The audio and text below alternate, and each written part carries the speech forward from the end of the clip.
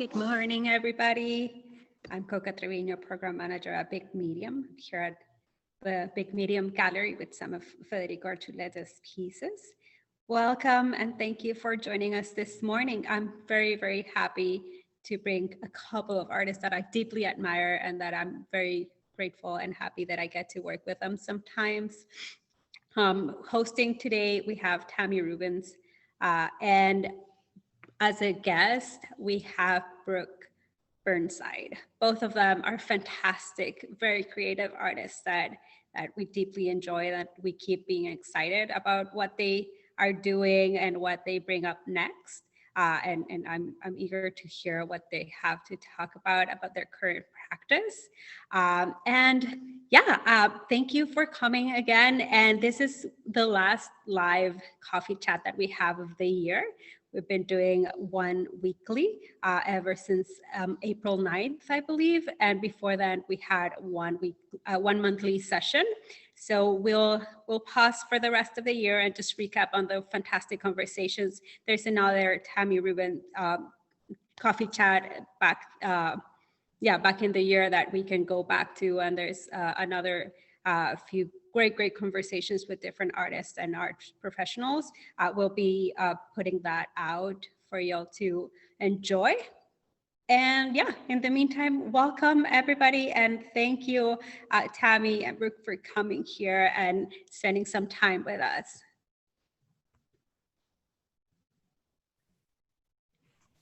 Thank you for inviting us. Yeah, thank you. Good morning, everyone.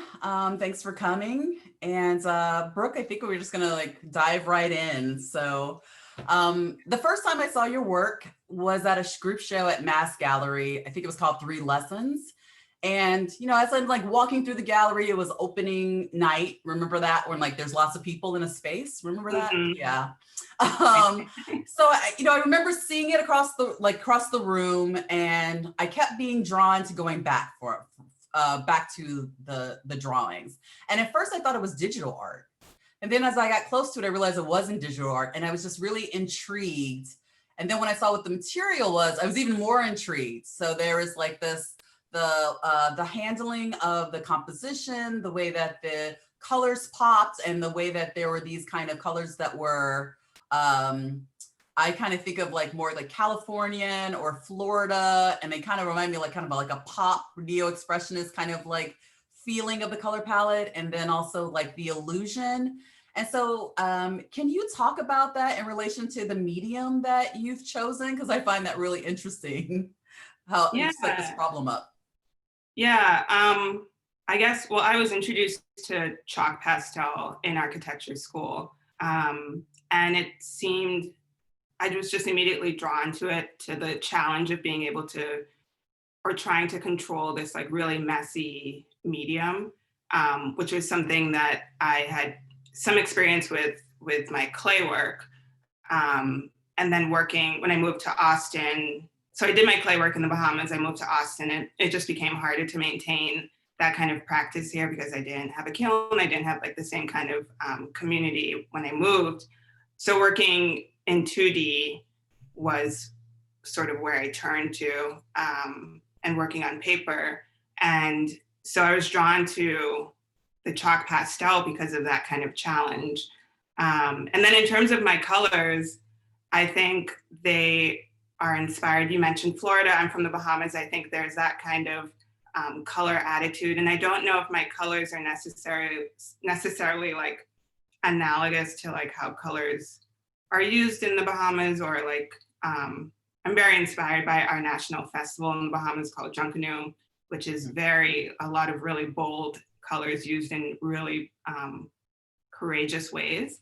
And so I think I tried to approach color with that kind of attitude, maybe more so than using analogous combinations. So yeah, I think that's where that's coming from. Yeah, I really see that this sense of vibrancy, but also a disruption. So, when I see pink and orange together, it's just immediately you're just kind of no, that does not work, but it does work, right? It kind of really disrupts your eye and draws you in. And so I think what I was seeing is that you were, people making work from warm places. definitely. Can you talk about, like, I grew up in Chicago. I'm curious about growing up on an island and how that changes, or how do you think about that as far as, like, do you feel like that works compositionally into your work? Like, what do you think the influences of growing up where you grew up has on the visual drawings? Yeah, I think, well, like, even aside from growing up on an island, I grew up like in a really creative household. My dad is a painter and a cartoonist, and my mom is a baker and cake decorator. So I grew up around really visual people and just like a lot of stuff around me that my parents had made. So I think that is just something that bore or like gave birth to my habit of wanting to make.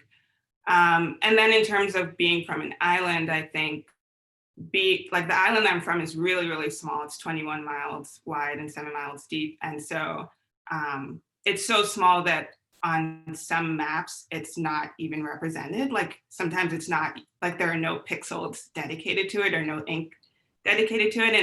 And it's something that I have been taking note of like for a long time. And I think sometimes I think about maybe that has encouraged me in my work, in that my work is about making sight and creating landscapes and creating space in a way, and documenting something that only exists in my mind. So documenting something that otherwise wouldn't exist without me doing it.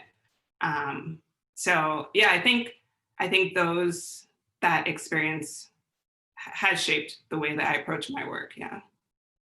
Yeah, I think when I found out that you were an architect, I said, okay, well, that feels like one-to-one from looking at plans and doing drafting. But then as we talked before, was you talked about going to film school and then writing about film and film criticism.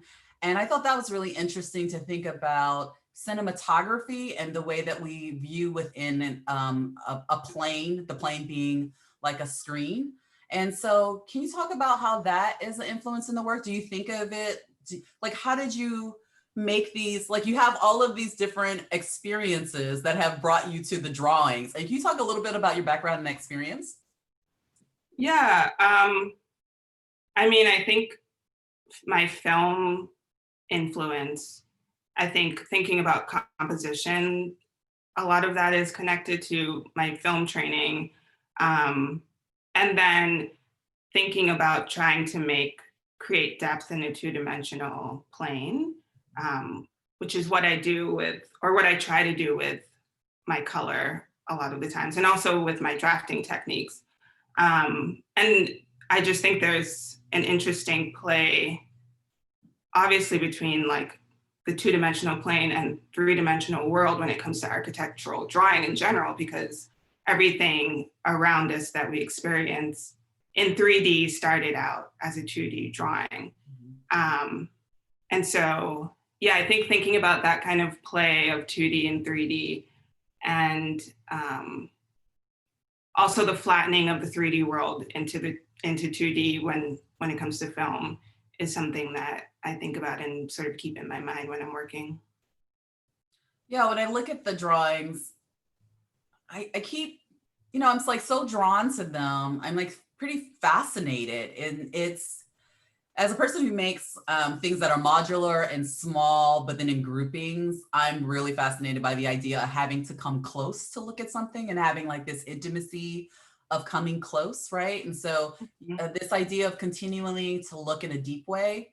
And when I look at your work, I think that there's this, this very kind of controlled way that so I can both see like the labor and the craft, right? And there's also like whimsicalness about it. There's a playfulness about it, but then there's also like, there's this place where I feel like I can project myself into spaces, but then I feel closed out of those spaces at the same time. Like there's an entryway, but then as I continue to look, what I think is like a negative space entryway becomes like a positive that's like keeping me out. So there's this such a push-pull perceptually as I look as you keep looking for, like, illusion starts to take place.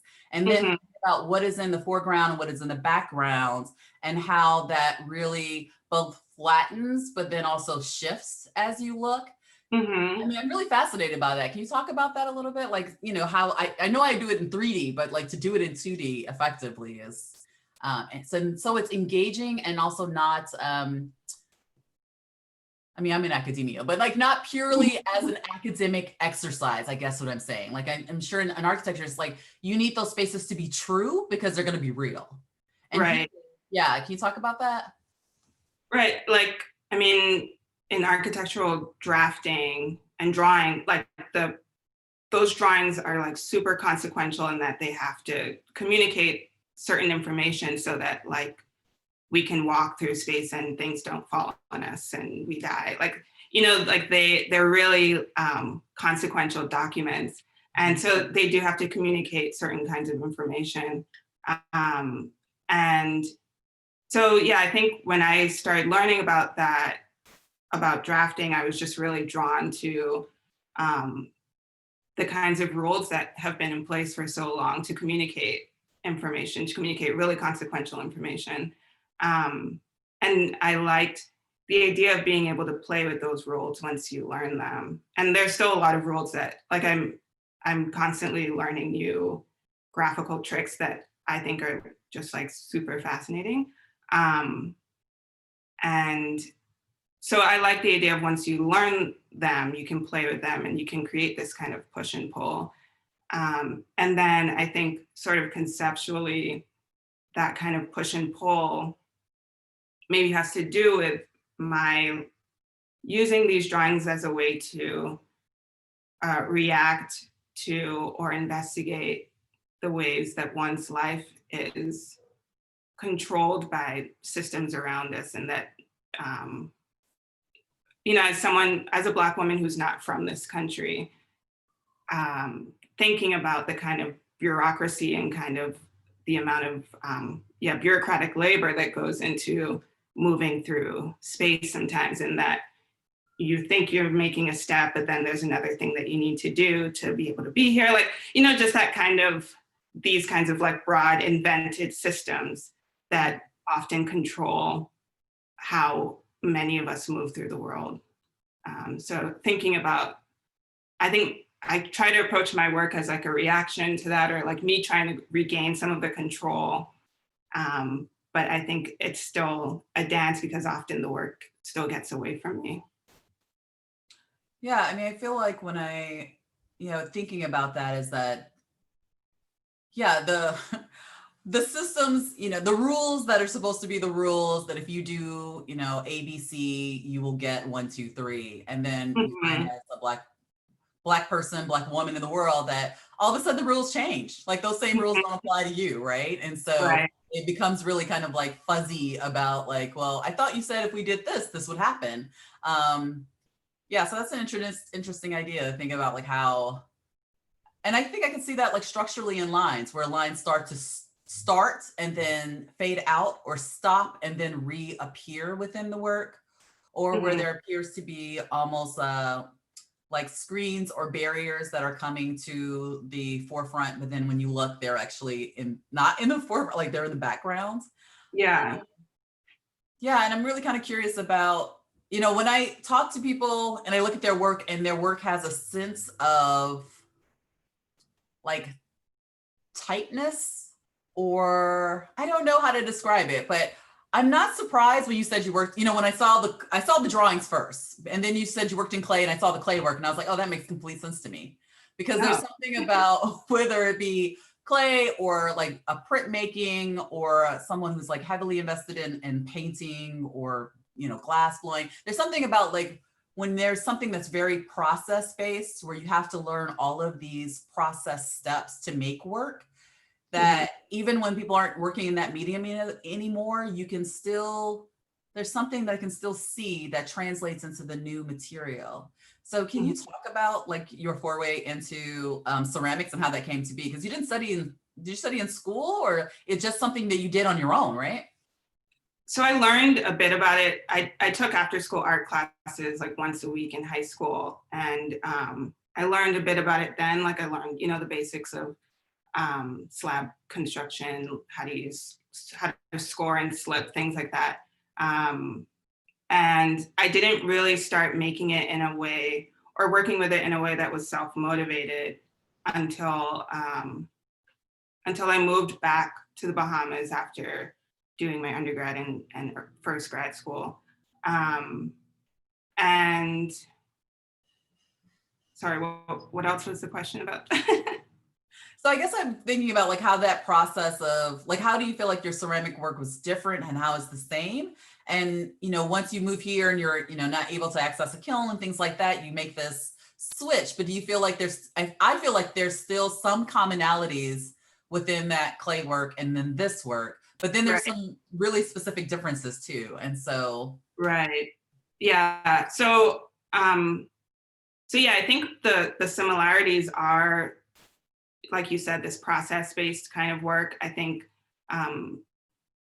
the idea of everything being pretty well planned out and maybe not being like super, what's the word? Not super improvised, maybe. I felt like my clay work was very not improvised. It was very planned out because there were certain time constraints or like certain, you know, you have to have a different kind of awareness of time when you're working with clay. And so that would take a lot of like pre-planning before I made the thing, and like even making like a paper model of what I was going to make beforehand so that I wouldn't be wasting the clay, or so that I would be able to not manipulate the clay as much, so that it would still look super smooth and basically have the look that I wanted it. And I think I still do a lot of that with my drawings, which I do plan out a fair amount. The color, I think, is a little bit more improvised along the way, but it's still, I spend a lot of time getting the composition down and working with the composition before I start doing the messy stuff, which is similar to the clay work. I do a lot of the work before I start getting messy, basically. Can you talk a little bit more about the prep for the drawings? Because, you know, to an extent, there's certain areas in clay, like when you're at a certain point where there is no going back, right? And I feel like the same thing with using the chalk pastels. There's a point where if you make some wrong turn, you can't just correct, right? Yeah. I mean, yeah, with the color, once I start using a color, that basically like the first color I use dictates the rest of the colors that I use, you know, like, because they all have to talk to each other. And yeah, I have done some pieces that, you know, I did not respond to the first color properly. So the piece was not successful in my mind. But yeah, the process of that is a lot of sketching and hand drafting, a lot of erasing, a lot of working the composition and image just in pencil before I start doing anything that's messy. So. And I also was curious, you know, about you, because you were already like, you studied a creative field, so you were in film school, and then you're, you know, writing about film, and then you're going to architecture school. So all of these things are making, right? And so how is the turn, like what, you know, you could be doing these kind of making in any of these areas. Why visual arts? Like what was it that said that I want to do this, and that you're maintaining this practice pretty independently without a structure of, for instance, you know, grad school or anything like that, or undergrad. And so can you talk a little bit about that? Because I'm always like kind of fascinated when, you know, and we can create this kind of structure for ourselves of like learning and then experimenting and delving into and making.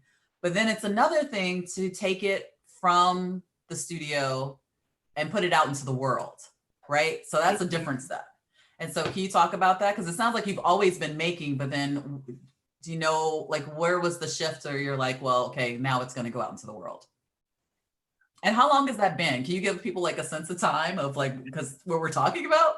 Yeah, yeah, that has been within just the last 5 years. And yeah, I think I'd always been making, but I had never been making in a self-motivated way. Like I'd been making for an assignment, or I'd been making to help my mom with a cake, or to help my dad with a show or something like that. It was always like assignment based, and which was useful because I learned a lot of like tools that way, but I didn't have the tools to know how to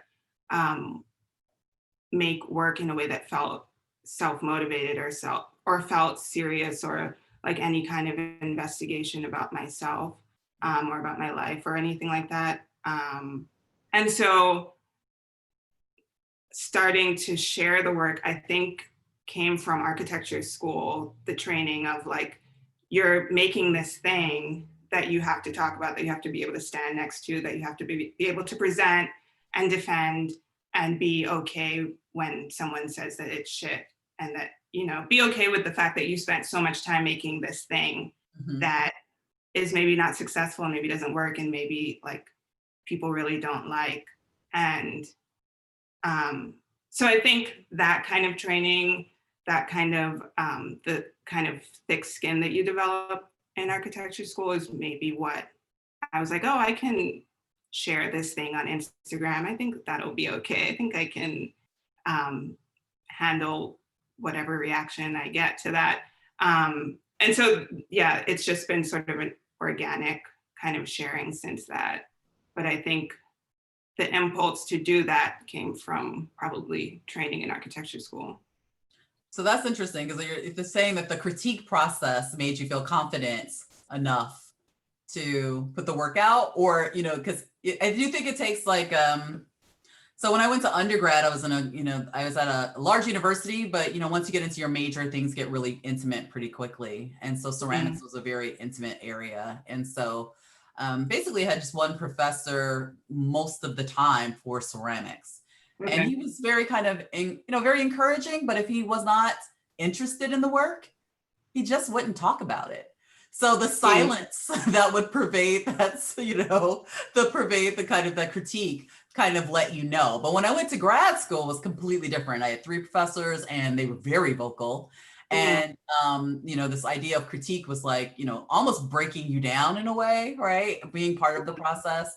But then also that kind of thickens your skin to be able to either you're going to fold, or you'll be able to take that information back into the studio and use it, or you throw it away if it doesn't seem relevant. And so I don't always think that people think of the critique process as like an investment in the work, or that rigorous conversation and discussion. I really do think is important. And so I think that's, even after people are always trying to find ways to recreate that idea of critique for themselves, whether they're having those conversations, literally with themselves, or inviting other people into the studio to move things forward. I think it's really important. Yeah, I mean, even just in sort of training you to defend your decisions, or to think about why you're making certain decisions, or even just to be able to vocalize what the work is, which because I was making my work, so, just on my own, I've only recently started speaking about it or writing about it, really. But because I'd done, things like that in film school and architecture school, I think that has been helpful to me in learning how to talk about what I do. Although I still feel like I have a long way to go with that. But yeah. And where do you currently working on? So you had a residency at the Line Studio, at the Line Hotel, and you started making these woodcut blocks, correct? Lino cut, yeah. Lino cuts, right? And so can you talk about that work? So that work, really kind of is different in some ways. It has the same kind of linear quality, but now we have the figure is prominent in the work. And was that kind of inspired by that residency, or what else was occurring that? So the residency, I was only able to do like 4 days of it, unfortunately, because I started it right as COVID hit. So I look forward to actually, doing that at some point. But I had started getting into printmaking. I took a class at Laguna Gloria about print, like to learn how to do printmaking, because I'd always been fascinated by it. And it seemed like a good method once I started working with it to start exploring figurative work, because I feel like it's still very connected to my pastel work, and that my pastel work, I think, is like abstractly exploring my position in the world and these sort of systems that I mentioned earlier. And I think that my printmaking work is sort of more overtly exploring themes of Black womanhood and Black femmehood. And so, yeah, I think the transition to that was still me trying to being pretty like labor intensive in my process, and being very kind of, again, front loading the work a lot, which is, I guess, how printmaking usually works.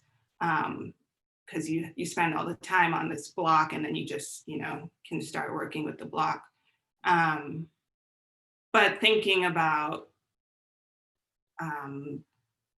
yes, the importance of Black hair and the meanings of Black hair and Black textiles within the Black community also. So it's a more overt exploration of how Black people and Black women and Black femmes in particular move through space, I think. And were you already thinking about that turn in your work and that body of work, or did it come specifically around the time of COVID?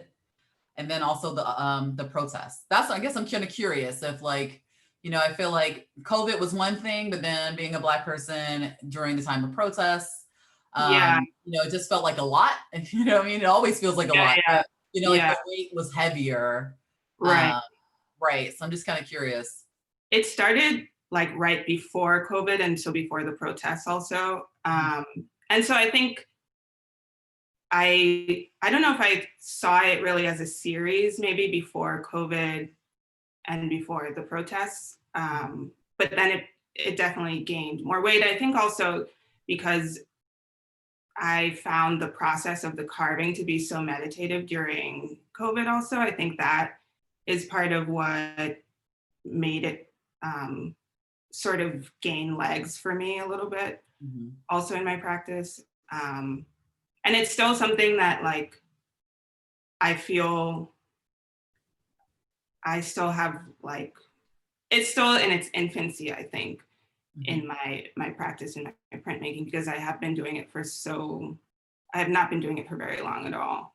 And it's one of those things also where it's like, this practice is so old, and like, there's so much tradition, there's so much like, there's just so much that it's like kind of intimidating, just kind of like walking into like, oh yeah, I'm doing printmaking now, like that kind of thing. So yeah, it's a real exploration at this point.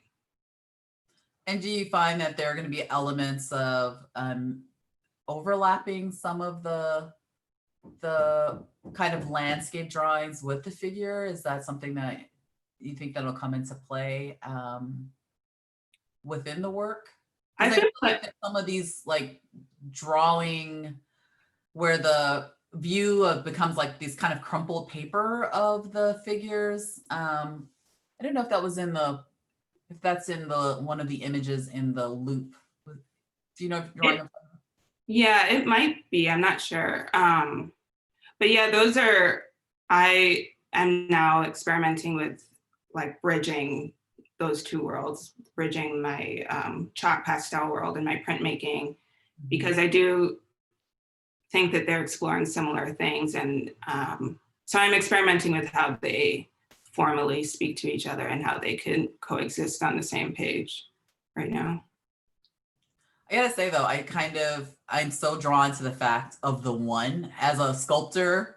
Mhm. who is, I don't make, there's no additions, I don't work. So when I make a Right. sculpture, that's the one. It's Yeah. that one sculpture. There's more in the series, but there is no more. There's no like addition of 20 or 50 or 100, even Yeah. though they're not all the same. So I'm also curious about how you'll bridge those two, because I think that there's something to me, I don't know, it might even be like masochistic that it's like all this time, everything is going into this one thing, and there cannot be there's not a recreation of this one thing. There may be something that references, but that's it. It's this, Yeah, that's been a like surprising kind of like mind or a head game, I guess, switching to printmaking, like having the opportunity to just make the same thing over and over and over again. And so I've ended up like making a lot of stuff very quickly, which feels like weird. I don't know. And it feels very different. And I think it's just like a different way of using like that part of my brain. So I think that is part of what, like that element of the printmaking is part of what I'm trying to reconcile with my pastel work, which is like the one kind of thing. And so, yeah, it's just something that I'm trying to work out how they fit together, basically.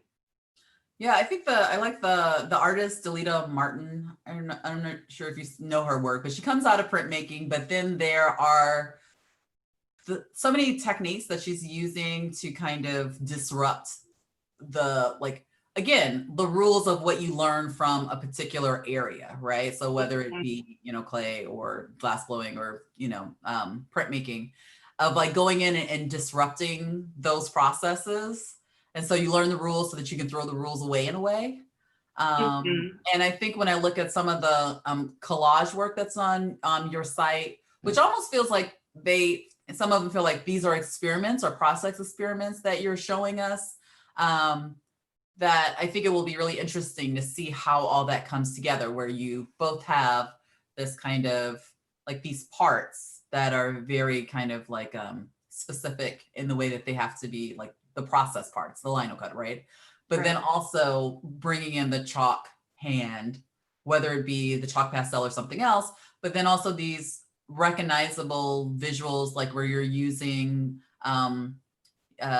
like photo imagery. So can you talk a little bit about the collage work, and like how do you view those? And because it's very different from collages. Yeah, they're very different from they're the same as far as like the palette, but they're different in the way that you're handling the compositional plane. And there seems a lot more in some of the work, there's a lot more absence. You know what I mean? So obscuring. Yeah. Yeah, I mean, I think you're right to say that they look sort of like process sketches or process ideas or something like that. Because yeah, they are very much experiments. And they sort of started again through architecture school, in preparing drawings. Every so often I would make mistakes and make things that would not be useful in communicating the information that I need to communicate for a project or something like that. But I'd always been intrigued by the compositions that would come out of something like that. But I didn't really always have the time to like develop those or experiment with those. And so being out of school, I do have that time now. And so that's something that I went back to.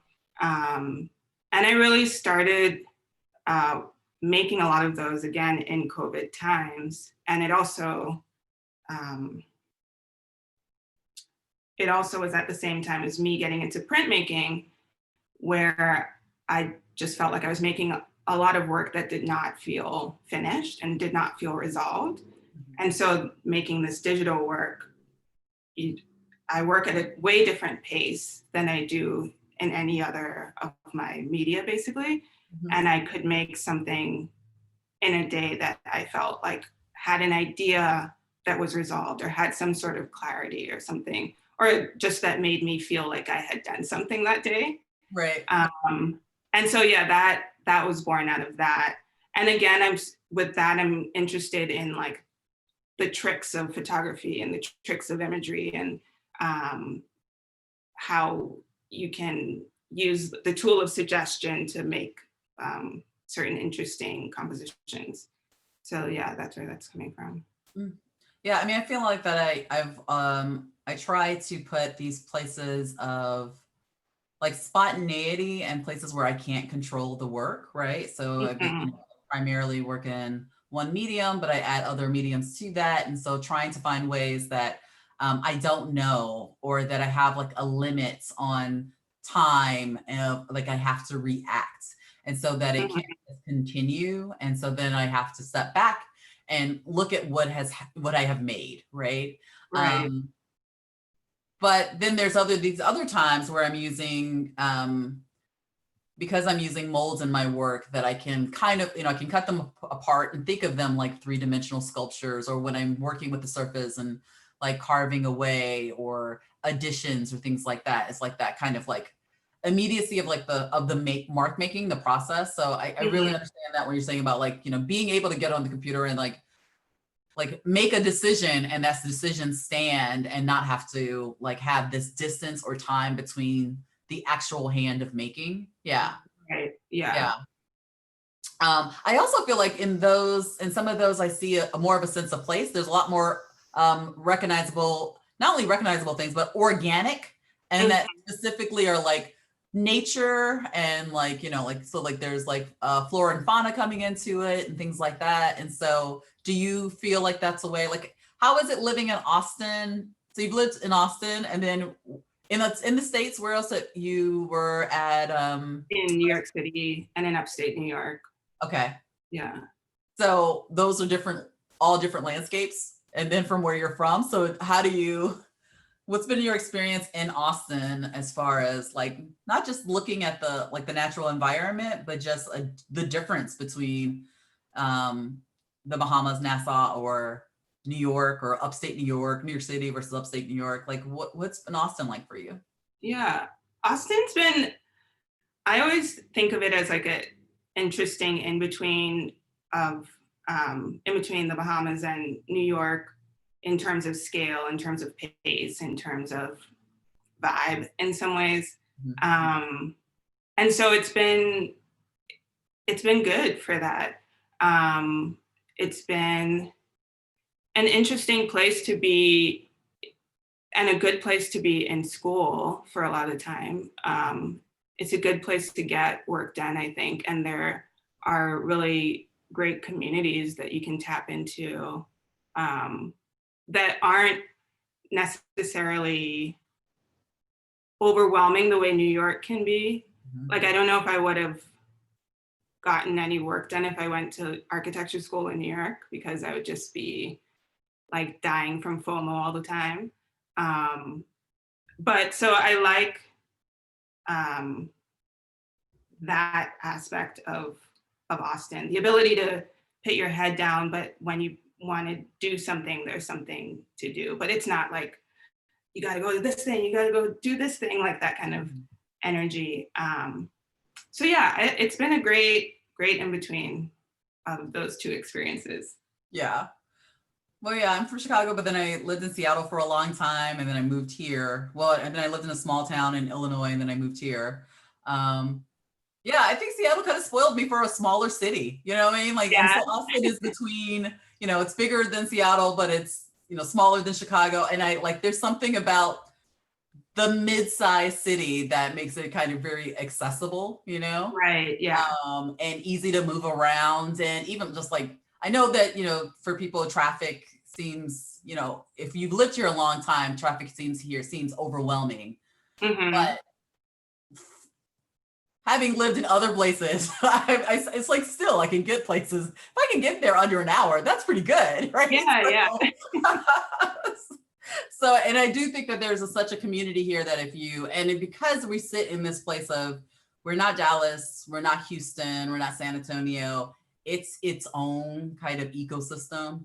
And if you can conceive it, you can find someone else to get on board with you to do it, right? Yeah.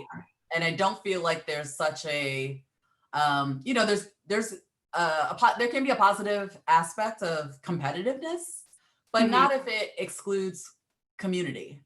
And I don't feel like that happens here. You know, I feel like that, you know, people, you can find yourself a community of people who to have conversations with, to have dialogue with, and they're not always feeling like it's like if I don't get, if I help this person, they're going to get this thing and I'm not going to get this thing. There's not that anxiety all the time, you know? Yeah, or like, what are you going to do for me if I help you with exactly. this? What's the pro, yeah, exactly. So like it's the exchange here. And so I kind of, I do like that. I think also though, it can be a, like a comforting coffin though as well. So I mean, it's not just the city of like, I think the same thing like about Portland and other places where it's like people can be so supportive that sometimes you don't realize like, oh no, I need to be challenging myself more. You know what I mean? So there's that too about the smaller environment that you have to kind of watch out for. Yeah. To make sure that you're still pushing forward and experimenting and like, and so like, how are you? I mean, you're in school, so you're doing a lot right now. No, you're out of school. You're done. Yeah. You're done. So but you've only been down a year? I guess so. Yeah, I graduated last December. So okay. Yeah. So I mean, that's interesting too, because it's not like grad school is as easy and you have tons of time, but you still had some sort of drive to make work that was work separate from your graduate studies. Yeah. Can you talk about that a little bit? Like what is that? I mean, I think probably part of that is again from my upbringing. Like my parents were just constantly doing things and making things, and like my mom, if she didn't have any cake orders that day, she was going to bake bread for the house, like that kind of thing. And so I think I was not always like this. I went through some like really lazy years and some really lazy times. But I think part of that was that I just didn't know what to do with my inspiration. I didn't know what to do with my ideas. I just didn't really have the tools to like motivate myself to motivate myself to make things on my own, or to use my creative energy in a way that felt fruitful. And I didn't gain those skills until I started learning about architecture and that kind of iterative process and working small, and just the process of making through that and of using various techniques and being able to talk about the work and having to defend it, and all that stuff I think has contributed to me being able to work outside of any sort of external need for me to do it. I think also just architecture school makes you like, which I mean, I imagine art school does this also, just trains you to work on something that matters to no one else for many, many, many hours. And so, that is just something that is ingrained in me now. Yeah, I keep being able to make things. So. Yeah, I mean, I think that's something I always say to students: if you don't have like kind of a strong sense of practice in school when someone's giving you a deadline, how are you going to create that for yourself where there are no external deadlines and no one cares if you make anything? Right. Yeah. So like really no one cares. So, how do you create that for yourself, or how do you have that drive? And I do think it's kind of like, some people really have that kind of self-driven, like they need to be making something. And it sounds like you kind of came from a background that is both needing to make creatively, but also needing to work. And I definitely came from a background where like my dad basically had 2 full-time jobs.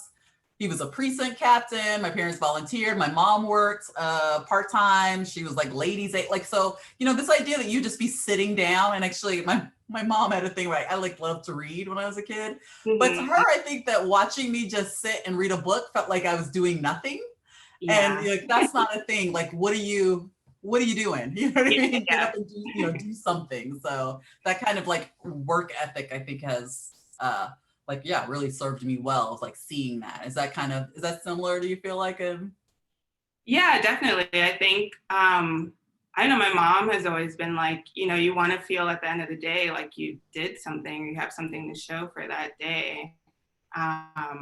Which, like I said, like I really was not like that all the time. She said that to me for a reason, you know. So yeah, I think, and then with them, it was, you know, they had these creative jobs. So it was like, if they didn't do these creative things, we wouldn't have food, like that kind of thing. Like it's how they put us through school. It was like, it was work. So yeah, I think I have that kind of, I think that upbringing is a big part of why I have this habit of making things now. Yeah, I mean, I think that's my like favorite slogan is like, artwork is work, you know. That's what, you know, mostly that's what it is, right? Yeah. There are these moments of it, like, you know, if you're just waiting for some sort of creative thunderbolt to hit you, you wouldn't make a lot of work, right? It's like getting up and the doing. I want to leave some time for questions if people have questions. So I don't know if they can put them in. Oh, they're already in the chat. There's all, oh,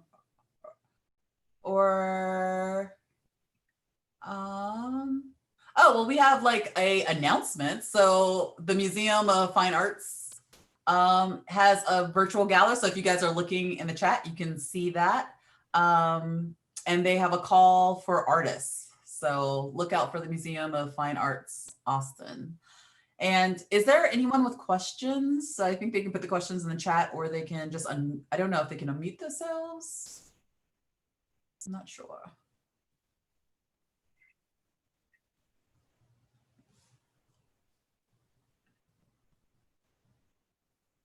Maybe we don't have questions, or maybe they can unmute themselves. I'm not sure. Oh, there is a Q&A option also. Well, I don't see any questions. So Brooke, do you have questions? Because like I said, I you know, when like I was approached, I was kind of thinking about like who do I not know? You know, I didn't know you at all. So I saw the work and it was just like, it'd be nice to reach out to someone like I don't really know them, but I've been really intrigued by the work. I'm also kind of really intrigued by the idea of like you're like emerging, right? And then also thinking about, I think there's no such thing as being invested in an area, even though you're not directly working in that area. So like, you know, your background of like studying film and criticism and now architecture, you think all those things have served you well into this moment? Yes? Or I think so, yeah. I mean, I think part of me would be really bummed if I thought it didn't. Like I would feel like, oh, that was a waste kind of thing. But I think I really do think that they have served me. I think, you know, my film education, I think has helped me think compositionally and helped me think about narrative and scene making and sequencing, which I think has helped with my architecture also. And then like my criticism work or like writing about film, I think has been really useful to me in trying to think thematically or conceptually about things. So I think all of that has been useful to me. Yeah, I mean, I think there is a sense of, I'm someone who's like such a, so drawn to both fiction, and that is in, you know, through writing, but also cinema as well. And I know that it influences my work of thinking about almost like looking through an aperture of what things look like, you know? Right. Yeah. Yeah. So we do have one question. It looks like some of your printmaking pieces are cut or torn up and incorporated into pastel pieces. Can you speak to how you came to that part of your practice?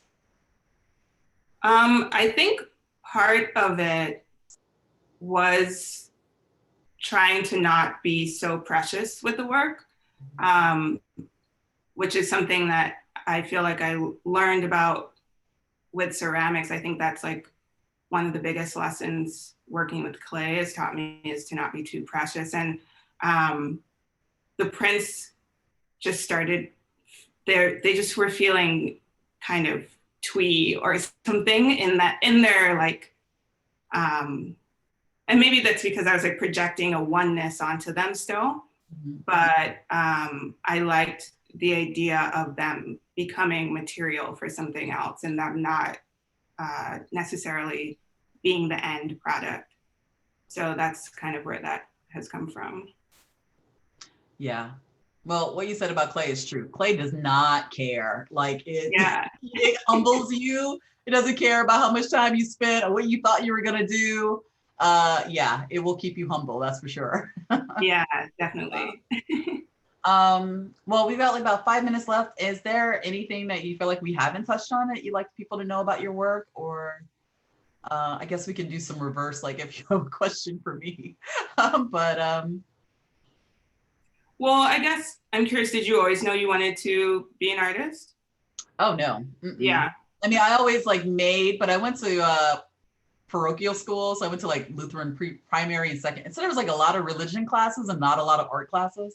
So it really wasn't but I was always kind of making things. And one of my favorite places to go was to museums. And so the Art Institute, I feel like, I don't know. I feel like if I hadn't grown up in that city and gone to the art, I really do feel like not only the museums, but like that you walk around and there's Mies van der Rohe. And I don't think anyone taught me Mies van der Rohe. I think I just knew it because you're just like walking around and you're like, yeah, you know? So just kind of being influenced that way. And then when I went to college, I was like, oh, I could take art classes, not thinking that it was going to be my major at all, because I was first generation in my immediate family. While my brother he hadn't finished it yet. He finished later, but it just didn't seem like practical for me to tell my parents I was going to be an artist, but I just kept taking art classes and I kept edging my way closer and closer to like visual arts, when I would be like, well, maybe I could do industrial design. And I even thought about architecture. I took a history of architecture class and did some foundation courses. And then I think realizing that I was never going to get to make a building. You don't get to make a building till you're like 50. You know what I mean? It's just seems so, I was just like, I don't know. I wanted something more direct. So I studied art history and ceramics. And it was really like a professor, I couldn't take any more classes in ceramics. And it was really just the fact that I had mentorship. So he was the first person that I thought of as a living visual artist. I had already thought of writers that way. And he would invite me into a studio and just talk about whatever, and not just his work. And just being in someone's studio and being like, oh, this is a way of life. Like there's an entry point of this. And then that with being a professor, and I was like, this is what I think I want. And I think it took me a little bit longer to really name what I wanted, but I knew that I always wanted to be a creative person. And I was taking up student loans. So I was like, at the end, it was like, it's my money. I should do what I want. And my parents were, they never had to financially support me, and they never had a reason to worry. And I think that was really the thing, is like, once I told them I'd do that, I think they had some trepidation, but my parents were really proud. They were like, oh, she takes care of herself. Like we don't have to worry, And I think that's what all parents want, is that they want to be able to know that you can be self-sufficient. Yeah. Yeah. So, yeah, definitely. I think that's basically kind of it. So, but once I started, I just would spend so much time in the studio. Yeah. And when I got into those junior, senior classes, I had roommates, and my roommates would be like, you're never here. And I just thought it was interesting because we were all in college, but I didn't see like my roommate who was a business major. I didn't see like her with like, she was ensconced in business. You know what I mean? Right, It's like, yeah. But when I went to the studio, like there were not everyone, but there were other undergrads who were like, we were kind of competitive. Like if they were going to be there, if there's one person in particular, if she's going to be there 2 hours, I was going to be there 3 hours. And she was going to be there 4 hours. And like, we made each other better. And then we were also surrounded by graduate students. And we were the only undergrads. Our space was next to, the ceramic space was not at the main art building. And so the buildings around us were all graduate students. Okay. And there were actually graduate students who shared the ceramics facility. So I really think that was very influential too, because we saw them as makers. And at the time we thought they were such adults. We're like, oh, they're adults. And we're like, they're just a couple years older. They're not that much older than us. You know, looking back, it seems silly, but at the time it was like, again, like a way, I just needed to see it. I could go to graduate school for art. Oh, it's an MFA. Is that what you call it? Oh, okay. So yeah. That's awesome. What do you think you would have been if you didn't major in art? What would you have majored in? Other things that didn't make money. So probably I would have majored in English. Okay. And I might have ended up, you know, I thought about this way later, but I was like, I would like to work for NPR. Like, I think that's something I would have been interested. So yeah, arts and humanities where I wouldn't have made any money. So yeah. All right. Well, I think we have one more thing and then we are, Brooke, how did you come up with your Insta name? Oh, how Sundays feel, maybe is what they mean. I guess so. I just have always felt, I mean, this is gonna sound silly, but I've just always felt like Sundays have a certain feeling. And I think when I first started making those collages, I was making them trying to think about like the feeling of that day that I was making them. And so like, they're all named, all of their titles are the day that collage was made. And so I thought of each collage as like trying to capture what that day felt like, and that being part of the project. So that's great. I think that's a perfect place to end. Good. But thanks for talking to me, Brooke. Thank you so much for inviting me. Yeah. It was great. It was. Yeah. So I guess we'll sit here awkwardly until somebody comes back. And I like your, is that a dress or a blouse? It's a blouse. I like it. Thank you. Yeah. It's really great for days like this when the weather is not sure what it wants to do. Yeah. Well, I do want to say thank you to Big Medium, and also this is the second and last weekend of the Austin studio tours. So there are artists that are taking appointments. There are things that are happening outside. There are artists where you can just kind of like buzz by and look, see their studios from the outside, or ICOSA, we have an opening, we have a show up, and it's limited people inside the building, but you know, masks and that kind of sort of things. And there's plenty of things, the crit space. So yeah, go see some art this weekend. It's good for your soul, I think.